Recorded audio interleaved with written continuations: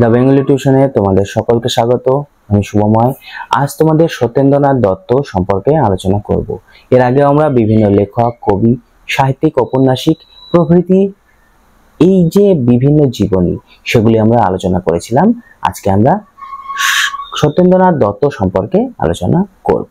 রবীন্দ্র প্রতিভার আলোকে যখন বাংলা কবিতার আকাশ জ্বলজ্বল করছে, সেই সময়ে আধুনিক বাংলা কবিতার ক্ষেত্রে যে সমস্ত কবিরা নিজেদের প্রতিভায় সাহিত্যের ইতিহাসে স্মরণীয় হয়ে রয়েছেন, তাদের মধ্যে ছন্দের জাদুকর সত্যেন্দ্রনাথ দত্ত ছিলেন অবিস্মরণীয়। এই কারণেই রবীন্দ্র উত্তর বাংলা কবিতার আলোচনায় অবধারিতভাবে সত্যেন্দ্রনাথের নাম চলে আসে।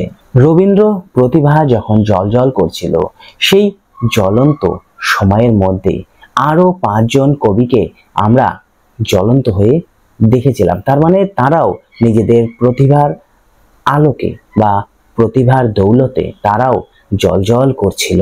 তারা হলেন সত্যেন্দ্রনাথ দত্ত, করুণানিধান বন্দ্যোপাধ্যায়, কুমুদরঞ্জন মল্লিক, যতীন্দ্রমোহন বাগচি এবং কালিদাস রায়। রবীন্দ্র বলয়ের মধ্যে অবস্থান করলেও সত্যেন্দ্রনাথ দত্ত ছিলেন পুরোপুরি রবীন্দ্র প্রভাব মুক্ত।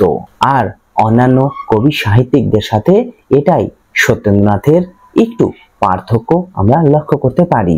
সত্যেন্দ্রনাথ দত্ত বাস্তব অনুসারে তিনি বিভিন্ন কবিতায় চিত্র তুলে ধরেছিলেন। এছাড়াও সৌন্দর্যের বিষয় বৈচিত্র্যে, শব্দ ঝংকারে, ছন্দের লালিত্যে এবং মার্জিত রুচির ব্যবহারে তার কাব্যে একটি স্বতন্ত্র পরিমণ্ডল তিনি গড়ে তুলতে সক্ষম হয়েছিলেন। সত্যেন্দ্রনাথ দত্তের জন্ম হয়েছিল 1882 খ্রিস্টাব্দের 12 ফেব্রুয়ারি উত্তর 24 পরগনা জেলার নিমতা নামক গ্রামে। তার মাতুলালয়ে তার জন্ম হয়েছিল। তার পৈতৃক নিবাস ছিল বর্ধমান জেলার চুপি গ্রামে। সত্যেন্দ্রনাথের পিতার নাম ছিল রজনী মাধব দত্ত এবং তার মায়ের নাম ছিল মহামায়া দেবী। তার পিতামহ ছিলেন একজন বিশিষ্ট লেখক অক্ষয় কুমার দত্ত, যিনি ছিলেন বিদ্যাসাগরের সমসাময়িক। একদিকে পিতামহ অক্ষয় কুমার দত্ত, অন্যদিকে তার সমকালে রবীন্দ্রনাথ ঠাকুর তার কবি প্রতিভাকে আরো উজ্জ্বল করে তুলতে দুজনেই যথেষ্ট কৃতিত্বের অধিকার রেখেছিল। তবে অধিকতর কাছের মানুষ ছিলেন অক্ষয় কুমার দত্ত। পারিবারিক একটি যে জ্ঞান চর্চা, বিদ্যা চর্চা, এই অভ্যাসটা তার ছিল। আর সেজন্য ছোটবেলা থেকেই তিনি পাঠ্যপুস্তকের প্রতি একটু বেশি অনুরক্ত ছিলেন। পাঠ্য পুস্তক তো তিনি পড়তেন, এছাড়াও পাঠ্য বহির্ভূত বিভিন্ন বই পড়তেও তিনি যথেষ্ট উৎসাহ প্রদান করতেন। উত্তর কলকাতার সেন্ট্রাল কলেজিয়েট স্কুল থেকে 1899 খ্রিস্টাব্দে সত্যেন্দ্রনাথ দত্ত দ্বিতীয় বিভাগে প্রবেশিকা পরীক্ষায় উত্তীর্ণ হয়েছিলেন। Satyendranath Dutta Scottish church college থেকে, যার পূর্বের নাম ছিল জেনারেল অ্যাসেম্বলিজ, সেখান থেকে 1901 খ্রিস্টাব্দে এফএ পরীক্ষায় পাশ করেছিলেন। 1903 খ্রিস্টাব্দে তিনি যখন বিএ পরীক্ষায় বসবেন, সেই বিএ পরীক্ষায় বসার আগেই সত্যেন্দ্রনাথ দত্ত বিবাহ করেছিলেন। এবং 1903 খ্রিস্টাব্দে যখন তিনি পরীক্ষায় বসেন, সেক্ষেত্রে আমরা দেখতে পাই তিনি পরীক্ষায় অকৃতকার্য হয়েছিলেন, অর্থাৎ তিনি পাশ করতে পারেননি। তারপর থেকেই তার পড়াশোনার ইতি হয়েছিল। দেখো, স্কুল, কলেজ, বিশ্ববিদ্যালয় ইত্যাদিতে পড়াশোনা শেষ হলেও সত্যেন্দ্রনাথ দত্ত বাইরের যে সমস্ত পাঠ্যপুস্তক, বই, সেগুলি পড়ার ক্ষেত্রে তার মনোনিবেশ আমরা লক্ষ্য করতে পারি।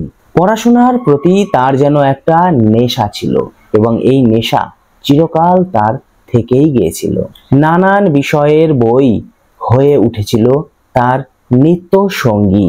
আর এভাবেই পড়াশোনা করতে করতে বিভিন্ন বই পড়াকালীন নতুন নতুন বই থেকে তিনি জ্ঞান ভান্ডারকে আরো সমৃদ্ধ করে তুলতে লাগলেন।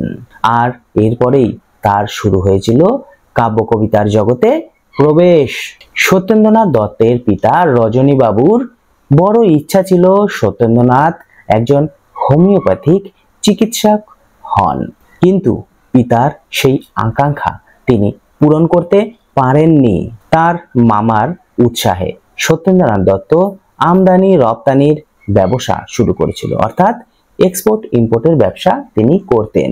কিন্তু আমরা ছোটবেলা থেকেই তাকে পড়াশোনার প্রতি আগ্রহী দেখেছিলাম, অর্থাৎ সাহিত্য তার রক্তে রয়েছে।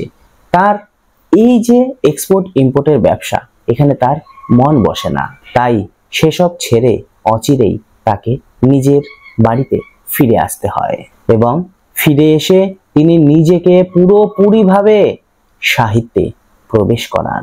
1900 খ্রিস্টাব্দে সত্যেন্দ্রনাথ যখন FA পরীক্ষা দিচ্ছিলেন, তখন সত্যেন্দ্রনাথের প্রথম লেখা তিনি লিখেছিলেন। প্রথম কাব্যগ্রন্থ সবিতা সেই সময় প্রকাশিত হয়েছিল। তার সেই প্রথম কাব্যগ্রন্থ থেকেই বাঙালি রসিক মহল পেয়েছিল এক নতুন স্বাদ। আর তিনি এই কাব্য কবিতা লিখে রবীন্দ্রনাথের আশীর্বাদও খুব সহজেই পেয়ে গিয়েছিলেন। তার কবিতায় যে ছন্দ, সেই ছন্দের অপূর্ব মাধুরী দেখে রবীন্দ্রনাথ ঠাকুর তাকে ছন্দের জাদুকর আখ্যায় ভূষিত করেছিলেন। এর পর থেকে পর সত্যেন্দ্রনাথের বিভিন্ন কাব্য কবিতা প্রকাশিত হতে থাকে। সত্যেন্দ্রনাথ যতদিন বেঁচে ছিলেন সেই জীবদ্দশায় পর প্রকাশিত হয়েছিল সবিতা, সন্ধিক্ষণ, হোমশিখা, তীর্থ সলিল, বেনু ও বীণা, তীর্থ রেণু, ফুলের ফসল, কুহু ও কেকা, তুলির লিখন, মণি মঞ্জুষা, অভ্র আবির প্রভৃতি।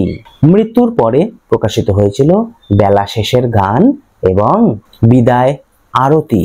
1905 খ্রিস্টাব্দে লর্ড কার্জনের সেই বঙ্গভঙ্গ আন্দোলনের প্রতিবাদ স্বরূপ সমগ্র বাংলা জুড়ে যখন আন্দোলন তৈরি হয়েছিল, সত্যেন্দ্রনাথ দত্ত সেই আন্দোলনের সঙ্গে নিজেকে জুড়ে দিয়েছিলেন। আন্দোলনের সাথে যতই তিনি নিজেকে জুড়ে দেখ না কেন, তিনি কাব্য সাধনার রীতিমতো চালিয়ে গিয়েছিলেন। সেই বঙ্গভঙ্গের আবহাওয়া তার কাব্যের সাথে যুক্ত করে আরেকটি স্বদেশ প্রেম জাতীয় কবিতা তিনি লিখতে শুরু করেছিলেন। আমরা দেখেছি সত্যেন্দ্রনাথ দত্তের স্বদেশ প্রেমমূলক কবিতাগুলি সেই সময়ই রচনা করেছিলেন। সত্যেন্দ্রনাথ দত্ত বেশি দিন বেঁচে ছিলেন না, তার আয়ু খুব কম ছিল। 1922 খ্রিস্টাব্দের 25শে জুন মাত্র 41 বছর বয়সে সত্যেন্দ্রনাথ দত্ত পরলোক গমন করেছিলেন।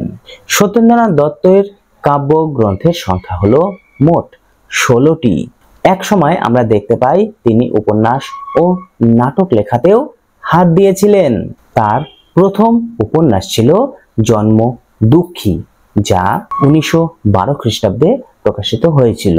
এই উপন্যাসটি ছিল নরওয়ের একটি বঙ্গানুবাদমূলক উপন্যাস। কয়েকটি বিদেশি নাটকের তিনি অনুবাদ করেছিলেন। এছাড়াও সত্যেন্দ্রনাথের আরো খুব ভালো কাব্য প্রতিভার পরিচয় আমরা পেয়ে থাকি তার নিবন্ধ গ্রন্থ চীনের ধূপে। আমরা সকলেই জানি সত্যেন্দ্রনাথের কবিতার আসল রহস্য লুকিয়েছিল তার ছন্দ সৃষ্টিতে, এবং এই ছন্দ সৃষ্টির কারণেই তাকে সকলে ছন্দের জাদুকর হিসাবে চিনে থাকে। দেখো, সত্যেন্দ্রনাথ দত্ত সম্পর্কে আলোচনা আমাদের এটুকুই ছিল। এরপরে আমরা অন্য কোনো লেখক, কবি, সাহিত্যিক নিয়ে আলোচনা করব। আজ তাহলে এটুকুই।